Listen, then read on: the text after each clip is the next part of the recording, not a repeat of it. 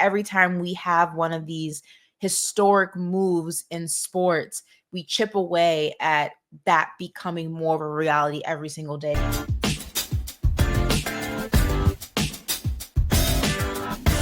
Welcome to We Need to Talk Now, presented by AT&T. I'm Alicia J, and I'm here with Ashley Nicole Moss. Hello, everyone.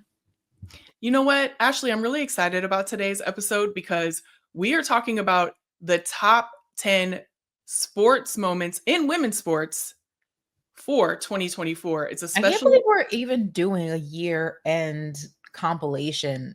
Like, what is even happening? Like, it's just... Yeah, time has flown by. The fact that we're having a special New Year's Eve edition is crazy to me because literally we started about 6 months ago. I know. So, we're rolling along. Like the amount of things that we have accomplished this year has been phenomenal.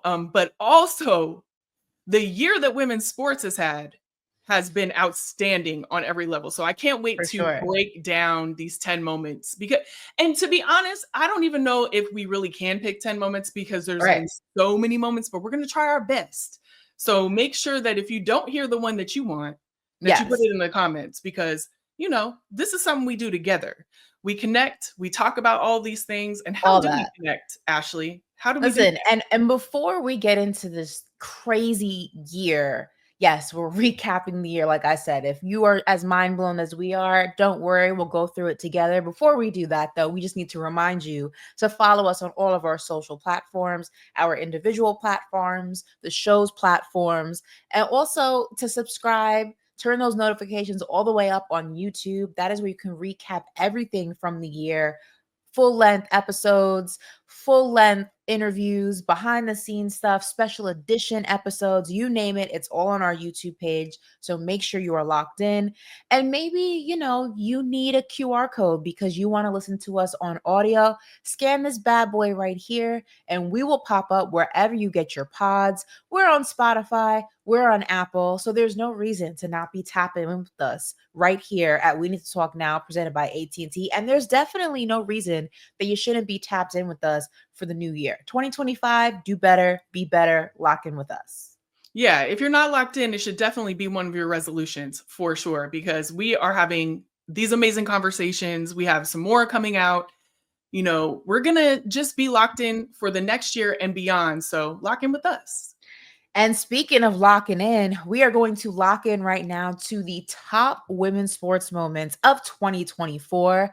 And if you can believe it, it's been a year already, and there's so many moments to break down. Honestly, this list could probably be 20 things long, 30 things long, but we don't have that much time, y'all. You know what I mean? Like, we only got till midnight before it's 2025. So we had to bring it down to 10. So just bear with us. We have everybody from Katie Ledecky to Simone Biles to Caitlin Clark, everything and anyone in between. We are going to try to break it all down, and we're going to kick things off right now with our number one. We're going to kick it off right now with number one. It is not necessarily in order, guys, so just put that into perspective. We're just going 1 through 10 here. Caitlin Clark has a record-breaking year. Let's go through some of the records that she broke. All right. She's named Time Athlete of the Year. So that is her most recent one. Obviously, as we now know, she will also get her jersey retired at Iowa. That's coming. That's coming in February. She also broke the all-time D1 scoring record. College champ between Iowa and South Carolina averaged almost 19 million viewers. The second most watched women's sporting event outside of the Olympics in U.S. history. So just keep that into perspective as well. WNBA All-Star, named to the WNBA first team Rookie of the Year. She led the league in assists, and she set a single season and single game assist record, broke rookie scoring record, and became the first rookie to record a triple-double. So it's a long list of things to accomplish in your rookie year, and we've talked about it on this show time and time again. I think the thing that is also very impressive, there was a lot thrown at the WNBA this season.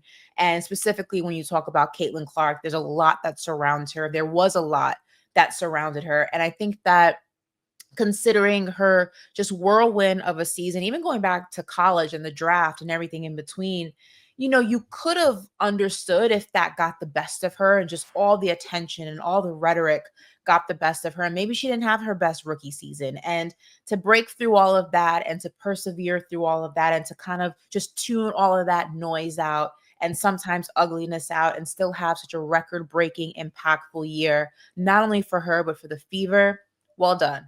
Well done. Yeah, very well done. And like you said, there was a lot of conversations around what Yes. Caitlin Clark did this year, but there's no denying her impact on the game of basketball. And I'm not just talking about women's basketball period. And what she brought to the table, the amount of change that she sparked. There are so many other players too that did that. Let's be clear, but she did it on a level that was just astronomical, historical, and definitely one of the top 10, in no order, but one of the top 10 things that happened in women's sports this year. Caitlin Clark did that, and you can't deny it. For Yes, for sure. sure. Well, we had the Paris Olympics this year. It was huge on every single level. The women dominated on every single level as well. But the USWNT, we have to talk about them winning gold. Going into this Olympics, I will say a lot of people didn't necessarily have them winning the gold, but they were not even absolutely experts, wrong. which, I mean, you could understand. There was a lot of things thrown at them, Right. A lot of things thrown at them. And I'm just going to read some about what they accomplished. The U.S. women's national team won its 7th total Olympic gold medal and 5th gold, which is huge. That's more than any other nation in women's soccer history, period. We had triple espresso. We loved that so much. It was announced on a morning show. Trinity Rodman, Sophia Smith, and Mal Swanson said, "Hey, this is who we are, triple espresso." And it took the world by storm. But, Swanson led with 4 goals and 2 assists, Smith 3 goals, 2 assists, and Rodman 3 goals and 1 assist. So, they was doing it. Triple Espresso was on top of it, doing the dang thing. And they were also, the first front line that was composed of all Black women, which was absolutely astonishing and amazing, for both of us, but also just for women everywhere. 17 different players saw the field, including 8 that made Olympic debuts. And that had a lot to do with Emma Hayes, who came in as the coach, and she won gold, which this is so crazy. She won gold with the fewest matches before winning, or with the fewest matches, period. So she was just in her 10th match when they won the gold, which is, unheard of. I also like to say that Alicia Nair became the first goalkeeper in women's soccer history to have a clean sheet in a World Cup and an Olympic final. So with all of that said, definitely one of the top moments of the year. And I know for me, I was just enthralled by the whole thing because, like I said, people weren't really expecting it, but they went out and they made history. Absolutely. Not too much to add there. So much of what you said is so much of what was just groundbreaking about this team. But just to go in and have so many obstacles thrown your way and to still overcome each and every one of them on the biggest scale possible, the biggest sporting event in the world, is a big deal.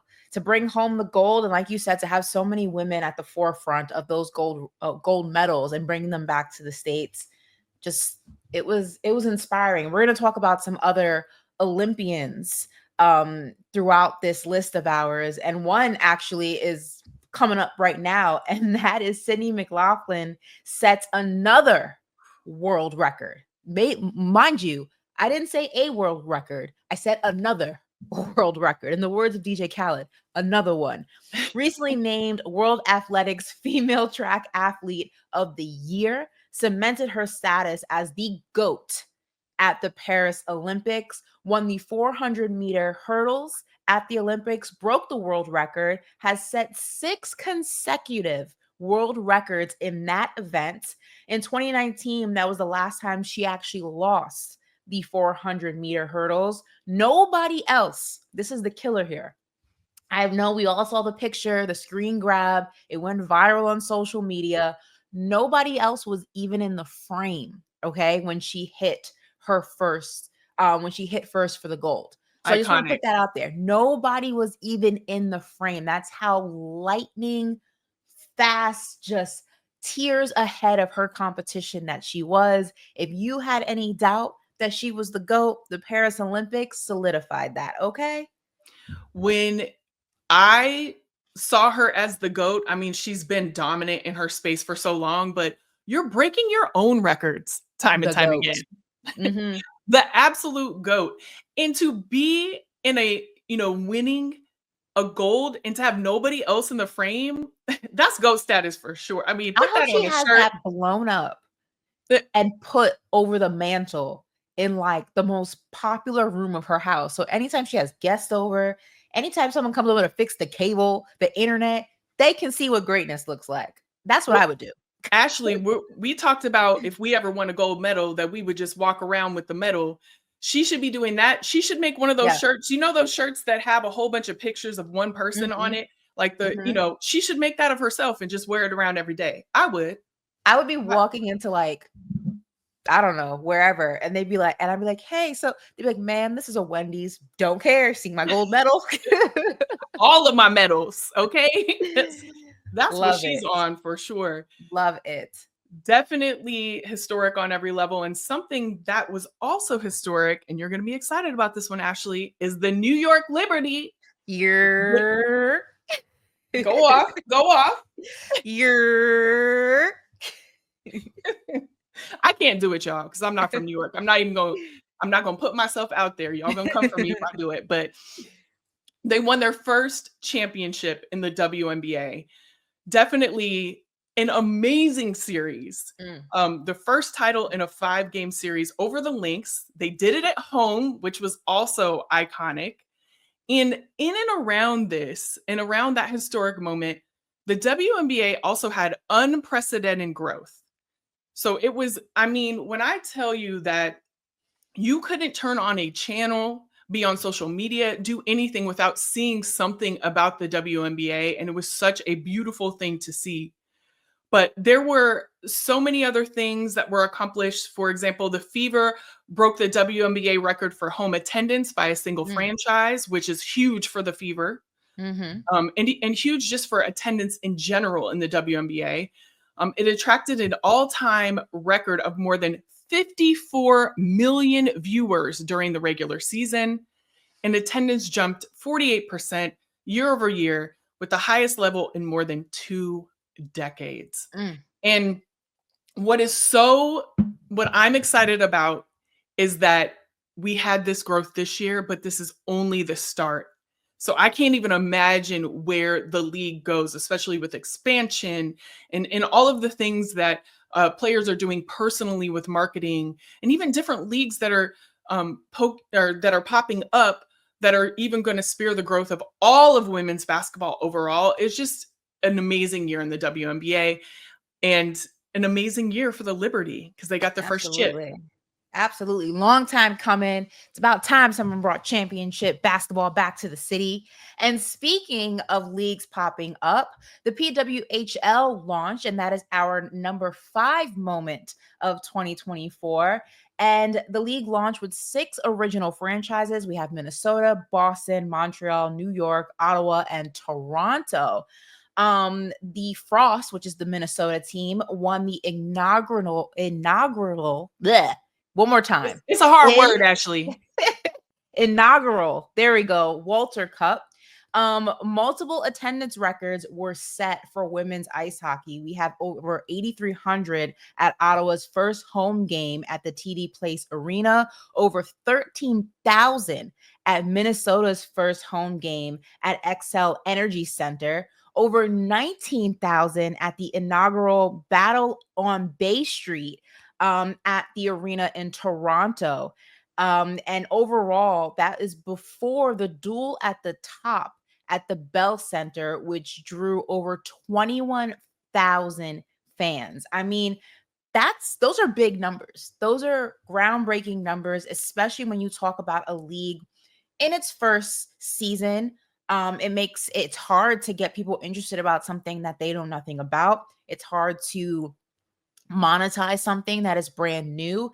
It's hard to, get people interested and, like I said, excited about something that they don't really have any connection to. And to see these type of numbers and to see how much they grew from day one to the very ending of this season is absolutely huge. These were two of the largest crowds ever for women's ice hockey, surpassing the 2013 Women's World Championship. So once again, women's sports breaking records in a multitude of different ways for a multitude of different sports. Yeah, and the thing that I wanted to hit on with this is a multitude of different sports.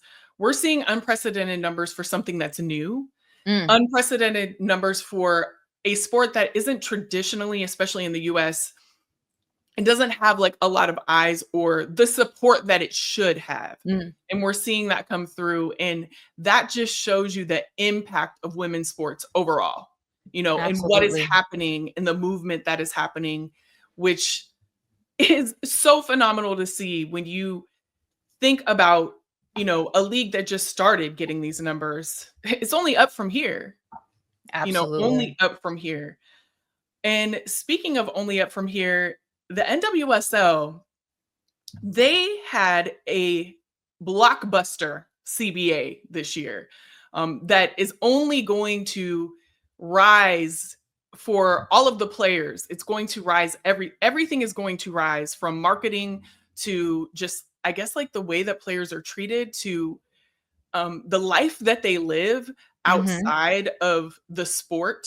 And that's because of the CBA that was passed that got rid of all players' drafts. So all of the drafts, which people don't really understand, how much anxiety someone can have not knowing where they're going or having any autonomy over where they're Right. going. And also just the whole act of the draft in itself is just really an archaic practice that I'm glad that they looked at and saw that there needed to be a change. And so they got rid of that. It was the first major pro league in all of the US to do that. All trades and transfers now require player consent, which is huge. Huge. I mean, huge on every level. And then in the NWSL as a whole, there was a lot of history that was made, including the Orlando Pride went on to win the first championship, which is huge for a lot of reasons. So they set a new record for an unbeaten streak at 23 games. We were all just like, are they ever going to lose? So that was crazy. They won the Shield. Seb Hines became the first Black head coach to win an NWSL championship and NWSL Coach of the Year, historic on every level. And then Marta finally got her NWSL championship. So it was a historic year for the NWSL on many levels. And that CBA in particular is going to be something that sets a precedent for all women's sports leagues for years to come. Yeah, absolutely. And we've had Jenny on the show multiple times to just walk us through all these changes and what they mean. And it was huge, each and every one, for different reasons, for a variety of different domino effects, if you will. And we spoke about this when she was on the show. I love hearing first ever, and I also hate it, but I love it because every time we hear that, we'll never have to hear it again. And hopefully that starts a chain reaction for other people of the same race, religion, creed, whatever, to be in those positions so that we can kind of diminish the first ever and just make it the person's name. And I think every time we have one of these historic moves in sports, we chip away at that becoming more of a reality every single day. So I love what the Orlando Pride and just the NWSL as a whole have done this season. It's been absolutely incredible. It absolutely has been. And something that is going to affect change across the board. Yeah. Well, I know you're going to be very excited about this next one because number 7 is Ilona Maher had one heck of a year She to sure did. remember. Okay, I know that is your girl, all right? Love her. So we know how you were a fan since the first time you laid eyes on her. She obviously won the bronze in rugby sevens at Paris Olympics this year. First team US rugby medal in sevens. She signed with the Bristol Bears for the 2024-25 Premiership women's rugby season, but that's not it. Okay, let's take sports out of the equation. She got her hands in other things too. Appeared on Dancing with the Stars, came in second place, which is very hard to do, by the way. So hard. Appeared on the cover of Sports Illustrated Swimsuit Edition. She was featured in Vogue and People magazine, not to mention her social media following absolutely just blew up from everything she was doing at the Olympics to the reels, showcasing her personality, and then everything that just transpired for her once the Olympics was over and people were getting more familiar with who she was, what she stood for, bringing awareness to body positivity, just being her unapologetic, authentic self. One heck of a year for our girl. It's been absolutely amazing to see. I've actually been a fan of hers, far before she blew up on social media, and also in her sport, right? But she's been a phenomenal player for years. Before all of this happened, she had built a huge following around being a rugby player and also body positivity. And it's amazing to see it on a national, huge level. Like, I love to see it because her message has always been amazing. And to see that everybody sees it and everyone can support and everybody has an awareness of what she does, and also more of an awareness for women's rugby. That is phenomenal. So, man, the sky is the limit for what she is doing. Is. The sky is the limit for the sport. And also, one thing that I wanted to point out is she actually said, I wish I didn't have to do all of this. I wish that I could just play the sport and be financially stable in, all of those things. However, to be a women's rugby player, you have to have, multiple jobs. You have to do multiple things. And so one of the biggest things that I'm excited about for what she's doing is just bringing awareness so that one day women can just play rugby and not have to worry about, the paycheck coming in. Because they're going to be paid accordingly. People are going to be supporting the sport in the ways that it should be. And that is going to be in a big part because of what she is doing for her social channels and just in general for not only rugby, but just for women in general. Absolutely. So definitely cannot wait to see what she does. And someone that we definitely saw achieve in all areas of her sport as well is Coco Gauff. Oh my God. Coco. Come on, Coco. Let me get comfortable because I know there's a lot of accolades to name. So let me get situated. Okay, go ahead. Let's both get a little comfortable because we have to. But listen, Coco Gauff, she's just scratching the surface of what she can do. And she did so much this year. She ended the season with the WTA finals singles champion. So she became that champion, right? And that made her the first American to win the WTA finals since 2014 and youngest WTA champion in 20 years. She also won the China Open singles champion, French Open doubles champion, WTA Auckland Open singles champion, and more. Like, that was just a little bit of what she did this year. She won the largest prize purse in women's tennis history at the WTA finals with $4.8 million. Can I hold a little bit, Coco? Just hold a little bit. Listen, girl, I'm following along as you read this because it's a lot to digest. So much. She had the third highest earning season of any female athlete, and she was the highest earning female athlete of the year, made over $34 million this year, according to Forbes, which includes the $9.4 million in WTA prize money. That's a lot of millions, okay? A lot of millions. She's third only behind Naomi Osaka and Serena Williams, which when you're in that company, you're in great company.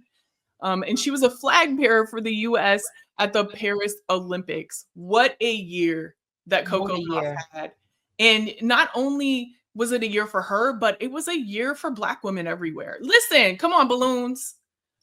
I For didn't do those that. of you It did it on listening, its own. these balloons just popped up, and Ashley, I don't know why she gets all the celebration. I never get any of it on my side, but we should absolutely pop all the balloons, the confetti, the everything for Coco, because she had a phenomenal year in sports. Absolutely. And, I've said this on this show a lot, and I'll say it again. I remember, again, the balloons. You got to celebrate a lot for Got to Coco. celebrate a lot. But, I know what Serena's impact in the sport of tennis did for me, not only for my interest in the sport, but just, being a Black woman in sports and having, seeing someone just dominate her field and be so unapologetic for it, and, be unapologetically herself and authentically herself, and the ebbs and the flows that come with that, the trials and the tribulations that come from that, and ultimately the impact that that has. And watching her retire, and put that in air quotes because she's it's not official. They're We ain't kind of, really sure. we're not sure yet, but I think a lot of us were wondering, who grew up with Serena and Venus as well, who would be that for this next generation. And to see, Naomi and Coco be that for this next generation, how these young girls look up to them the way we looked up to Venus and Serena, and having them be unapologetically themselves in the way that they dress, and how competitive they are, and the way that even they style their hair, and just everything in between is so impactful, and it's going to be so meaningful to this generation, watching sports, watching tennis, and knowing that, like, if Coco can do it, I can do it. And I know that that's what Serena and Venus did for so many of us, whether we were tennis players or not. It was just the reminder that there is a space for us in the world of sports. And I'm just happy that, this next generation has Coco, and, like I said, Naomi as well, to really look up to, in the world of tennis, and so many other incredible young Black athletes that are out there, but specifically when talking about tennis. So very, very excited for them. And speaking of the Olympics and dominant Black athletes, Simone Biles is part of our list as well, coming at number 9. But not just Simone Biles, also Katie Ledecky, who isn't Black, but she is a GOAT in her own right. All right. Simone Biles, 3 gold medals in Paris. Katie Ledecky becomes the most decorated American woman in swimming. So when I tell you that the girls were dominating the Paris Olympics, this is what I mean. Okay. So Simone Biles added 3 gold medals to her total, cementing her status as the GOAT of gymnastics. That was not an opinion, that is a fact. Only the 3rd woman to win 2 individual all-around titles in an Olympics, first to do it at non-consecutive games. She won the vault with a double pike, only gymnast to ever do it. I can't even pronounce the type of double pike that she did. I think it's a Yurchenko double pike. Don't quote me, gymnast community. I may be No, wrong that's there, right. but You're right. I'm good. That's right. Okay, there we go. Well, I think you are. Only gymnast to ever do it. She said, quote, "I accomplished way more than my wildest dreams, not just at this Olympics, but in the sport." And in the pool, Katie Ledecky won her 9th gold medal of her career, most by any American woman in an Olympic history, 5th most decorated Olympic athlete of all time, with 14 total medals, both proving that age is just a number when it comes to their respective sports. And history making GOATs, basically. That's what number 9 is. 2 history making GOATs, one on land, one on sea. But literally, one thing that we saw, in the Olympics in general is just women dominating. And this is 2 examples of that, 2 GOATs, and nobody can refute that they are. If you want to argue that something wrong, you might have to look at some stats. We got proof. Okay. Mm-hmm. But it was just in the Olympics and just in general, it's amazing to see women dominating in this way. and also dominating for a long time Mm. in the sports. Both of them have been, swimming and doing gymnastics for a really long time and just dominating. And it's to me, as somebody who, is continuing to achieve things, in an age that is older, Yeah. I think that I'm not old now. So don't be coming for me in the comments. Say that. She's still a young chicken. You know what I'm Mhm. saying? She's still young. But what I'm saying is that you can be great despite age, despite anything. You can come in and dominate in all of your sports. And those two specific women have been doing that, from the top to the current career that they have, because they're still both in it. So we just interviewed Katie Ledecky on We Need to Talk, and she's looking forward to LA. She's ready to go. I know that's So right, girl. yeah, so I can't wait to see that. And when we talk about the moments, I would say the top moment, Ashley, just to encapsulate all of these things, is that women's sports had the biggest year that they've ever had. And I know, and I hope you feel this way too, Ashley, but it's been an honor to be in this space, to talk about women's sports, to start this podcast in the time that we did, because we're able to put all of the things that women are achieving in sports, and just women's sports in general, Right. on this platform every week. And we're a small part of a big movement that is happening. And I'm Right. just so thankful to be a part of it. Yeah, same. I think that it's been amazing watching it grow. And it seems just it's grown just gigantically in the past 2 years, I will say. Specifically this year, it's just an astronomical amount of movement growth. Um, eyes, rhetoric, good and bad, but I think that everything plays a part in moving the machine forward. And I know that there's a lot of things that women's sports can improve on. But I think that ultimately the conversations are finally being had. People are finally taking notice. And I think that that's the most important, because you can't change something that people are unaware of. You can't change something that people are uninterested in. And not to say that people were uninterested in women's sports, but the amount of people that were interested has drastically changed. And sometimes it is just a numbers game. And sometimes it takes the masses to see the impact and the importance of something to move it forward, not just the diehards. And I know how protective everybody is of women's sports, specifically when you talk about the WNBA. But I hope that in this next iteration, this next season, we realize that we can critique something, we can critique the new voices, maybe we can critique, the lack of preparation when it comes to certain things, but everything plays a part in moving the league forward. So if we're going to celebrate the good, the unfortunate reality with that is that we also have to take the bad and hope that the good always outweighs the bad. And I think, not that I think, I know that when we talk about women's sports, the good definitely is outweighing the bad finally. So the scales have flipped, and I'm excited to see how it grows in the year 2025.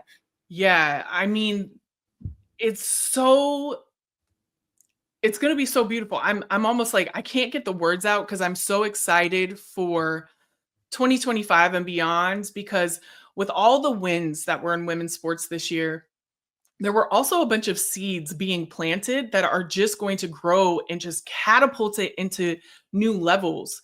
I don't Yeah, even think we've scratched the surface of what we're going absolutely to not. see. And I mean, I just can't wait. I don't know about y'all, but to come on 2025 for women's Come sports, on, because it's going to be a 2025. good one. Listen, and speaking of a good one, it is now time for our favorite segment, and that is Connecting Changes Everything, presented by AT&T.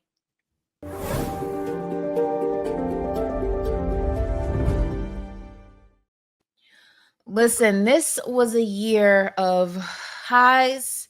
This was a year of change. This was a year of progress. This was a year of rookies.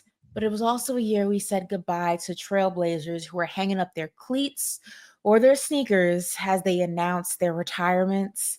And there were a few tearjerker moments in the world of sports.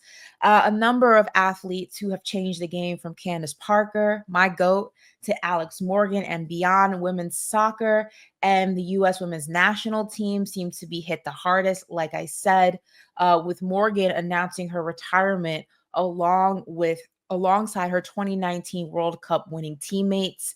That includes Kelly O'Hara, and a plethora of others. So just going through some of these retirements. Obviously, when we talk about the 2019ers, just so many, a handful of that U.S. women's national team, the World Cup winning team, all announced that they were hanging up their cleats. The one that took us by surprise, I feel like, was Alex Morgan.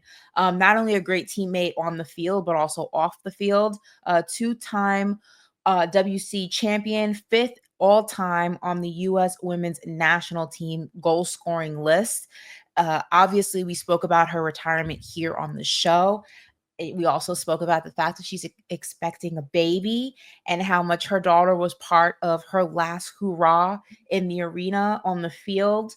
And again, so many other of her teammates. Like I said, we have Kelly O'Hara, three-time Olympian, two-time WC winner, one of just 12 players in U.S. women's national history to play in 4 World Cups. So just so much history that we're losing as direct players, but not losing in terms of the history books. And then when we go to the basketball side of things, Candace Parker, my GOAT, started off the WNBA season with a bang because she announced that she was hanging it up.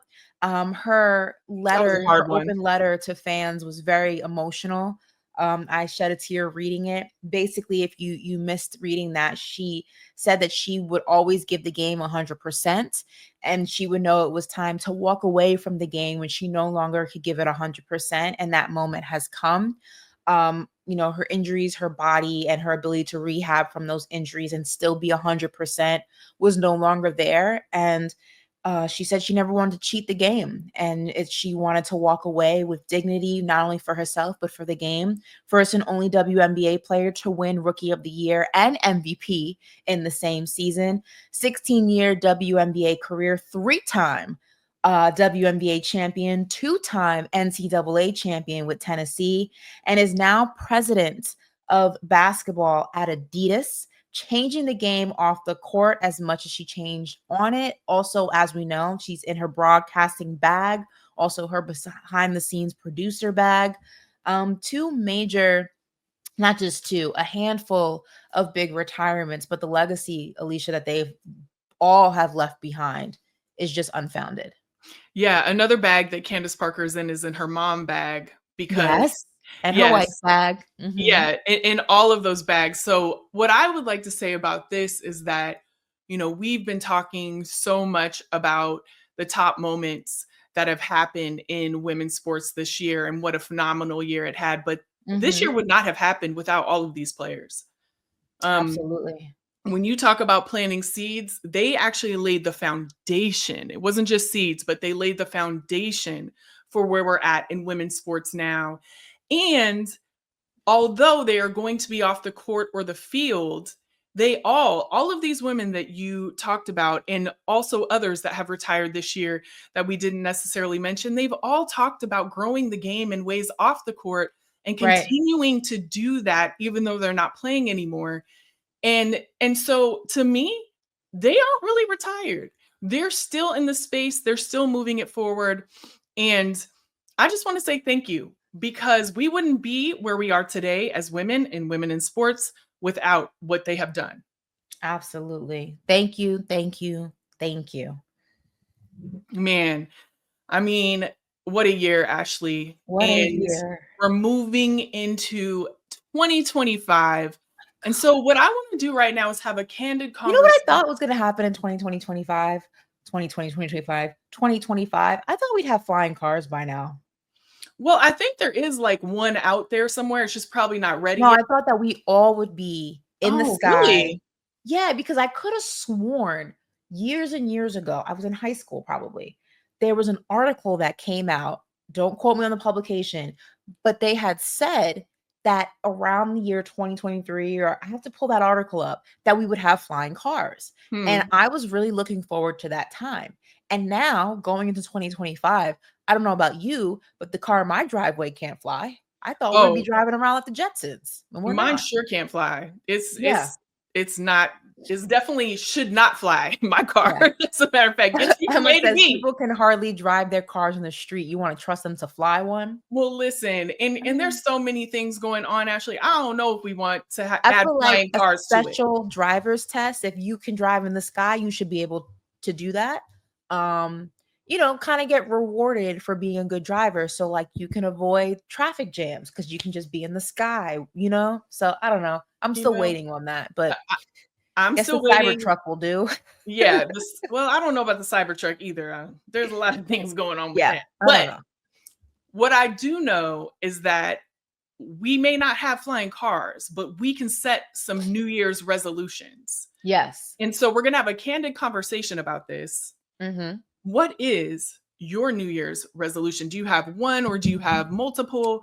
What are you going to do in 2025, So I Ashley? usually always do my New Year's resolutions on New Year's Day. I take the day. It's such a I feel like it's a relatively quiet day. There's not much going on. There's like, college football and things like that. But I take like an hour or two to really just like meditate on what I want to accomplish in the year. And I do know one that is continuous though, that will definitely be on my list. Well, two is I like to take at least 3 vacations a year, whether they're long or short, just to decompress, recenter. I think it's very important, especially with what we do and how the sports calendar is never ending, to find moments where you can just disconnect from your phone and from TV and from reading articles and social media and all of that stuff. Um, and another one that I'm constantly putting on my list is to live in the moment. I think that I am so ambitious at times that I am constantly thinking of like what's next. And when I go to sleep at night, I'm thinking already about what I'm going to do a week from now and like planning ahead and things like that. And I think I've made a conscious effort to not completely ignore the future and not prepare for it, but also really take to heart that nothing is promised, and I don't want to be so caught up in tomorrow that I don't enjoy today. And that's something that I've really like worked on, is finding the moments within the day that I'm happy about and I'm pleased with. And even if it's not a good day, just being happy that I got to experience the day and know that tomorrow's a new one, but to not to get so caught up in what hasn't happened yet, because there's so much beauty in what's happening right now. So that's always on my list. What about you? That's a great resolution. I think we should all adopt in some way, shape, or form. I was thinking about this and I'm coming out of some very complex years of my life where a Mhm. lot of things have happened.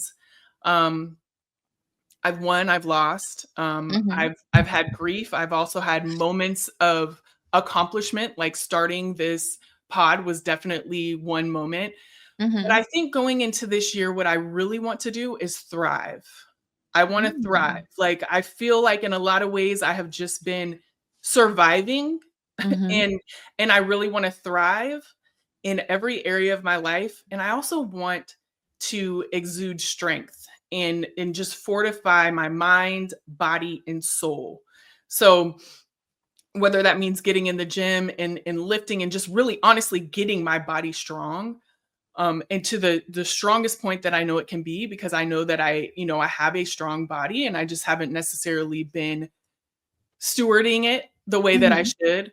But also just, whether it be for me, like being in the Bible more, or um, also just taking those moments and realizing that I'm in the middle of a miracle every day.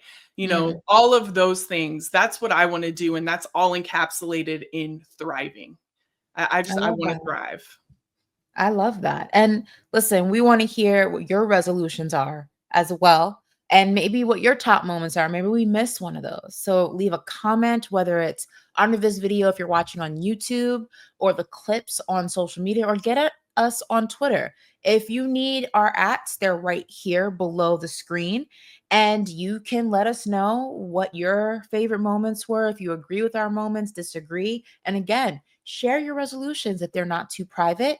And we'll hold each other accountable in the year 2025. Yes, and we're going to be right here with you. So make sure that you tap in. We want to continue to connect, read all those comments. Just make sure that you subscribe. We'll have all the information for you after this on a QR code that you can scan so you can get everything that you need. And on behalf of Ashley and myself, just thank you so much for rocking with us this year. It's been a phenomenal first year for We Need to Talk Now, and it's only going to get better. So until the next episode, Happy New Year. May all of your everything that you want in this year come true. And we'll be right here with you in all of 2025 and beyond, right here on We Need to Talk Now, presented by AT&T. Bye, guys.